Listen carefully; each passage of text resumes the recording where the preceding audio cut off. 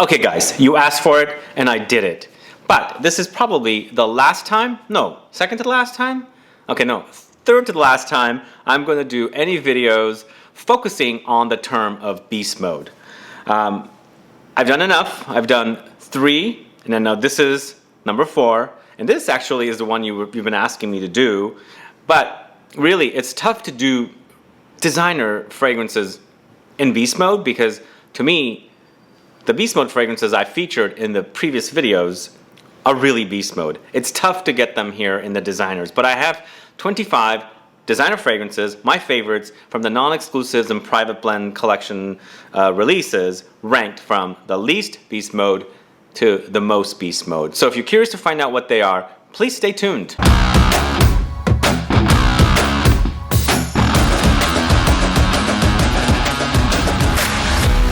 Thanks so much for tuning in. This is Sebastian with Smelling Great Fragrance Reviews. We're going to jump right into this because I want to keep this around 20 minutes. We have 25 fragrances. I'm ranking them from my least beast mode to the most beast mode in designer category. These are all men's fragrances. I think they're mostly, no, there might be 1 or 2 unisex, but they are all fragrances that are not from their exclusive or private collection lineup. I also want to mention that we might have a few more videos coming up within the next month or so, or weeks or so. I'm not sure when those are going to go. They're different theme beast mode fragrances, but I'm going to drop it for a while and then come back to it months and months, maybe a year later. But let's get started. My number 25 least beast mode fragrance is CHM PRIVE. Why this one at the very bottom? Well, it's a great scent, but it is weak. It is really weak compared to anything else that I have on this list. To me, it acts very wimpy, but I absolutely love the smell. It's the word transparent comes to mind with this one. It's very light as a feather, but boozy, delicious, leather, sugar, and whiskey. It's absolutely delicious. I just wish it had some legs, but it does not. Overspray it and then go with your day, but the problem is the longevity. It also is pretty weak with the sillage and the projection. At number 24, we're going with Guerlain's L'Homme Idéal EDP, this one right here. Again, what a wonderful scent. Beautiful tonka bean, almond, cherry, gourmand. It's like released for men, but it is very unisex to me. I think women can totally pull this one off. But again, it's wimpy. It doesn't have the oomph to it. It doesn't have the legs. Projection is very moderate, if not like even below moderate, and sillage is also really low as well. So it's a bummer, but you know what? These fragrances are designer fragrances. They're not meant to be like fragrances that are gonna get attention. It's just for like the everyday man wearing a fragrance, perhaps one that's boozy and one that's kind of like tonka bean, almond, cherry, and that's exactly what this one is. Number 23, it's Chanel, Bleu de Chanel. Now I have Sauvage at the beginning of further up in the list because I find it to be really harsh, but there's something classy about the Bleu de Chanel that is like, you know, it's just a very pleasant masculine fragrance. It's woody, it's spicy, it's citrus, a little smoky with incense, but man, this does not have much of a projection or sillage. I guess upon initial spray it does, but it falls flat. It doesn't really do much after that. So that's why it's at the bottom. But I find it to be a little more oomphy than compared to like the previous two as far as the cloud goes and the sillage and the projection. So Bleu de Chanel at number 23. So at number 22, it's Prada L'Homme, this one right here. And now this one actually not as bad, but it is very light and transparent, but a very great scent. It smells great. It smells very iris, of course. It's very irisy. And it smells like there's like a lavendery touch in there, perhaps some kind of an aromatic touch. To me, I get lavender. Totally, I get lavender from this, but I don't think lavender is listed in the notes. And probably the combo of some of the aromatic notes comes off like lavender. But it's a great classy men's scent, fragrance, but it's actually also not overwhelmingly heavy. It's not strong. It's moderately projecting and moderately trail. And the trail and the projection doesn't even last a long time. So anyway, it doesn't have to be for all fragrances. As soon as we go up to the list, you'll see that some of the fragrances there are a lot more louder than these ones. So this next one is Pure Malt from Mugler. Now this one actually, it's been pretty reformulated. I like the way it smells. It's boozy, barley, it's got the Mugler DNA, but projection and sillage are pretty moderate. Definitely more than the previous fragrances, but I think the reformulations have kind of made them a little weaker, unfortunately. But smell-wise, it's really, really great. A lot of these fragrances also don't last more than 5-6 hours for me. That's just the way these designer fragrances are, but the more we go to the top, the longer they're gonna last, of course. But Pure Malt is a classic. I love to have it in my collection, and it's decent, not like overwhelmingly strong. So at number 20, we're going to the house of Givenchy. This is Gentleman Only Givenchy, this one right here. This one actually has a little more legs, of course, we're going up, but it's very moderate. I mean, none of these fragrances are really, really loud, and I think reformulations have pretty much damaged them. Although this was launched as is, this is one of my earlier bottles that I bought right away when it had come out. So it's decent, it's just not loud. It's not beast to me. And personally to me, a lot of these fragrances are not really beast, so it's very challenging to do this list where you know you're not getting beast from these designer fragrances. But there are some exceptions to the rule, and we'll see those. But this is a very nice, spicy, woody fragrance, classy. It's Givenchy, Gentleman Only, Absolute. Next one is Chanel Allure Homme Sport Eau Extreme. This one right here. What a lovely scent this one is, but it doesn't have like that exciting, you know, projection and sillage that you would expect from other fragrances. Although I think it's much better than the previous ones, but it goes for a little bit, it gets a little loud, then it falls flat, it doesn't like scream. That's the problem with a lot of these designer fragrances, they don't have that oomph to them. But this one actually is a great scent. I love this one. It's a pretty recent rediscovery. I wore it a long time ago and then I forgot all about it. It used to be in a different formulation, and then they've launched it as a new EDP version of these fragrances, and I still like it. There's a little tiny tad bit difference to it, but wish it was a little louder and it also performed better, because I only get about 5.5, maybe pushing 6.5 hours with this one, but it's a great scent. Next up is the Tom Ford fragrance that I really love. It's Noir Extreme, and here we go with another name, Noir Extreme. I love this one. It's very gourmand. It's very delicious. It's the noir fragrance from Tom Ford and taken to another level. It's got that kulfi note. It's pistachio ice cream. It's very delicious to me, but another one that's very soft to me. It's a soft, spicy, warm spicy, I think, also soft spicy, but it doesn't project, it doesn't scream, it's not really loud. We do have another Tom Ford here, and it is really beast actually, from the regular lineup, but this one actually is kind of a wimp to me. And actually after a little bit, it kind of falls flat and doesn't project much and doesn't have that sillage that I really want. Doesn't have the cloud, it won't leave the cloud as you're walking by. Upon initial spray, it will. As soon as you do it, you can do that, but after, you know, half an hour, it's pretty much a skin scent. Next up, we're going to Terre de Hermes from Hermes, this one right here. Again, very similar story with the previous fragrance. It's not so loud, definitely louder than the previous fragrances that I have, but wish it was a little more intense. I mean, can you really get beast mode with these designer fragrances? Yes, some of them you can, and as we're getting closer to the beginning, getting stronger and stronger here with Terre de Hermes. I find it to be intense personally, but it doesn't stay intense. It just for a few, I mean, not even an hour, like probably approximately like 20 to 40 minutes. You got some projection there, but the cloud's also pretty minimal. Definitely stronger than the previous ones, but to me this one, again, it doesn't go to the next level. Next up, we're going to the house of Mugler, and this is Pure Havane. Now, Pure Havane is actually acting a lot more intense or dense compared to Pure Malt. There's something syrupy in here that gives it its denseness, and even the projection and the sillage is actually stronger than Pure Malt and the previous fragrance I mentioned. But again, it's a designer. It doesn't last as long as I want it to be, but definitely much stronger than the previous fragrances.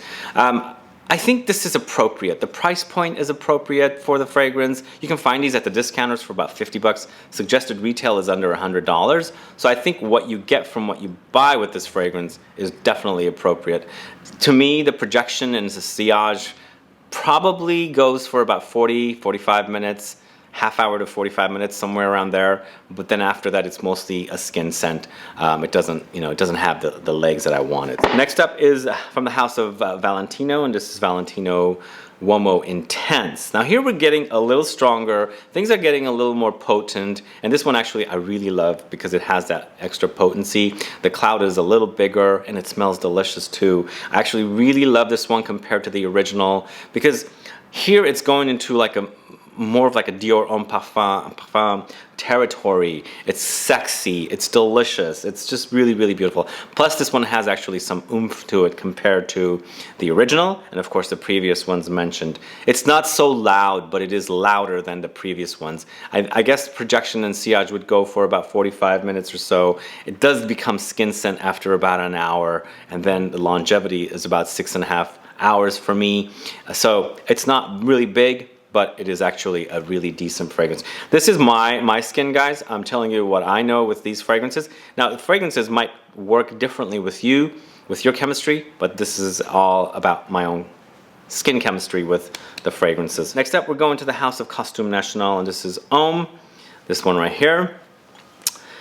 So this one's pretty loud for me compared to the previous fragrances. I get about an hour's worth of projection, but also some of these fragrances, in order for me to get that, because it's all designer fragrances, they're not meant to be really loud, I have to overspray for those experiences. And same with most of these fragrances in this collection, all these designer fragrances. The projection and sillage for me are achieved with overspraying. And then also the performance. 2 sprays is not going to last that long for me compared to like 6-10 sprays if you guys do that. But a lot of these fragrances that I have here are not freshies, so I'd be careful if you're overspraying them and you're going to be wearing them to an office, so be careful about that. But this one has some potency compared to the previous fragrances, but I think reformulations have also made it a little weaker, at least to me, from my experience with this bottle to the very first time I wore it. But it is a pretty nice, decent quality designer fragrance from a house that's pretty underrated. It's a small fashion house from Italy, but with great, great fragrances. This one's created by Dominic Ropion, FYI, and he is a great, great perfumer, and love this one. So check that out. Now this next one I mentioned earlier, this is Dior Sauvage. This is Sauvage, and it's really abrasive. It's really potent. It's a freshie. To me, it's mostly a freshie, but it is so loud when it's sprayed. The other thing about this is I think you get a lot of projection with this one and a lot of sillage, but performance for me is not as good as how much the projection and sillage is. For me, it's kind of an interesting experience because it does have that really loud scream factor with this one, but it doesn't last as long. I wish it lasted longer, then it would have been way at the top, but to me it's about a 5 to 5.5 hours experience with this one, but it is really, really loud. It sprays really loud. It's almost like you go anosmic to it. Otherwise, it's a freshie. It's woody, ambroxan, citrus, and some chili pepper of some kind, Sichuan pepper, I think. Next up, it is from the house of LALIQUE, and this is ENCRE Noir à la Extrême. Now we're getting into fragrances that have some oomph to them, but here it is loud, it is big projection, it is big sillage. Again, with this one, I don't get as much of a longevity with it, but sometimes, I mean, it doesn't really matter. Same with this one. I mean, a lot of people like this one, and it's up there. It's pretty loud. Same with this one. It's pretty loud, but again, both of them don't last as long as I wanted to for them to last. But sometimes you don't need that. It's just if it smells great and it smells great on you, then just go with that, and then just take a decant with you and spray it. But the projection and sillage with this one is loud, just like the previous one. As I said, just wish the longevity was a little longer as well. So next up, we're going to the house of Armani. This is Acqua di Gio Profumo, this one right here. Now we're getting into some legs. We've got some legs here with these fragrances. Longevity is great, and great smell, great performance, big cloud, big projection. Not as big as what we're going to experience coming up, but here we're getting to a place where it does scream a little louder, and it is more intense. It is a little better. For me, it's a little better wearing experience. I mean, I like that about it. I want to smell something as I'm moving around an hour, 2 hours later, and that we're getting to a place where these are doing that. Next, we're going to the house of Givenchy again, Gentleman Givenchy, this one, the EDP version. Now we're getting to a sexy territory. It has great projection, great longevity, great sillage. I think this is a great release for a designer fragrance. Plus, it has excellent performance and longevity. Again, not as big as the ones that are coming up, but for me, the projection and sillage here are approximately an hour.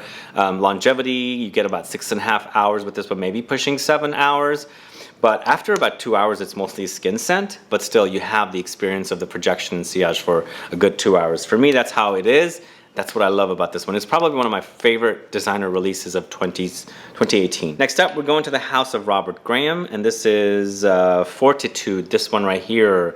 This is so good, guys. I was gonna feature this one or Valor, but I felt Valor is not as big or beastly compared to this one. Valor I like as a scent a little more, but for the bang for your buck designer fragrance, you can get these at the discounters for about $50–$60. It's an ambery tobacco.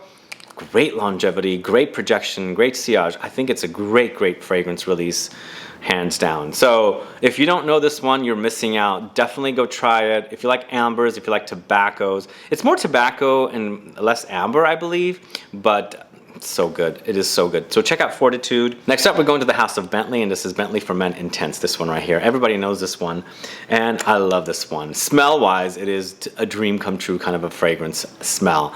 Plus, it has great longevity. This one has great sillage, and I love the clouded leaves trail. Again, it's not really long, like a long time, but here we're getting to fragrances that have like some more depth and more oomph. They're deeper, and then when the fragrances are deeper, not as transparent or light and airy, then you can experience the deepness of the fragrance, and I do with this one, and I love the layers. Next, we're going to the House of Versace, and this is Oud Noir, this one right here. And I don't talk a lot about Versace fragrances, although recently I did the review for Eros Flame, but this is a really great designer release. I think it's a men's release, I'm not sure, but I think I find the fragrance to be pretty unisex. It's a nude, of course, but it's very designer, it's very easy to embrace, it has very woody qualities to it, but to me I also get like a very coffee-like undertone with this one. It smells not necessarily like prepared coffee. I get more like coffee shop, coffee beans, and things like that with this one. It's a very unique oud, and I get great longevity and projection with this one. And then the trail also is pretty awesome. Now we're getting into the fragrances that are like really beast mode as far as designer fragrances go. Starting with Fahrenheit Le Parfum, this one right here. Awesome fragrance, great projection, great sillage, amazing designer fragrance. This unfortunately is really tough to find, so if you got it, keep your bottle. It's really hard to find. According to some folks, these fragrances are getting all revamped, all the designer fragrances from Dior. I'm not sure how true this is. Maybe we'll see it back here in the States, but currently they're not selling here. But this is such a great fragrance. It's a very gourmandish recreation of Fahrenheit, and if you're a fan of Fahrenheit and you like gourmand fragrances, this is an absolute must try, so check it out with awesome performance. Next, it is from the House of Dior, and this is Eau Sauvage Parfum 2017. Wow. This one is actually a little more beastly than this one, but if the previous edition was around, the 2012 edition, it would have been even higher up at the list, but it's been toned down, but still it's quite a beast actually, and it's definitely more of a beast than the Fahrenheit Le Parfum. I found this to be more cozy, and cozy fragrances generally I don't associate with beastness, but this one definitely is, even though it is the 2017 edition. And this one has citrus notes and resins and vetiver. So good. It is really good. Next up, we're going to the House of Gucci. This is Gucci Intense Oud, this one right here. Again, this is a regular lineup of fragrances. It's not any of the, Prive or Private Blend or Exclusives or Exceptions collection, but this is a great oud fragrance. Although I have been hearing that there's been like some reformulations with this fragrance. I still get great performance with this one. I think it's one of the best designer oud fragrances.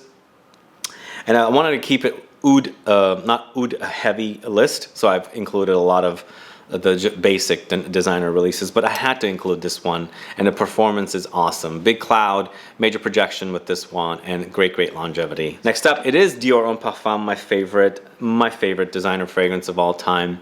But two fragrances are stronger for me than this one, but this is so sexy as heck.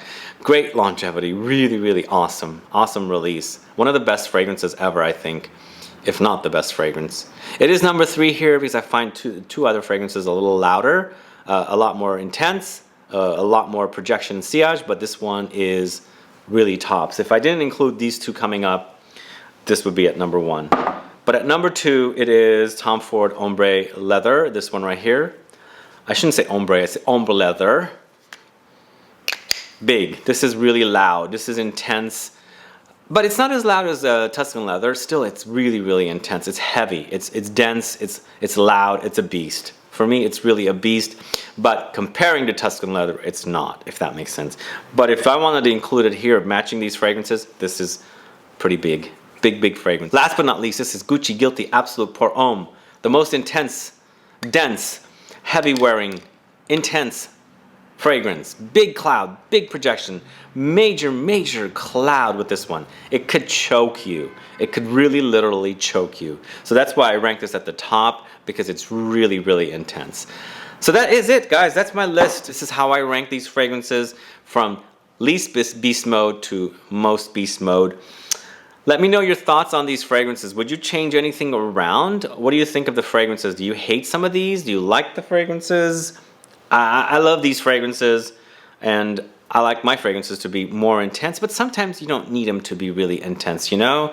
So these are, I mean, if you have all these fragrances in your collection, you probably will not need anything else, especially if you like designer fragrances, and you can probably go with half of these fragrances and you have a great wardrobe. And you can kind of like pick and choose. You want some more beastly fragrances, more beast mode fragrances, and you want some less performing with more skin scent kind of fragrances. So those are how I rank these, but if you would change anything around, do let me know.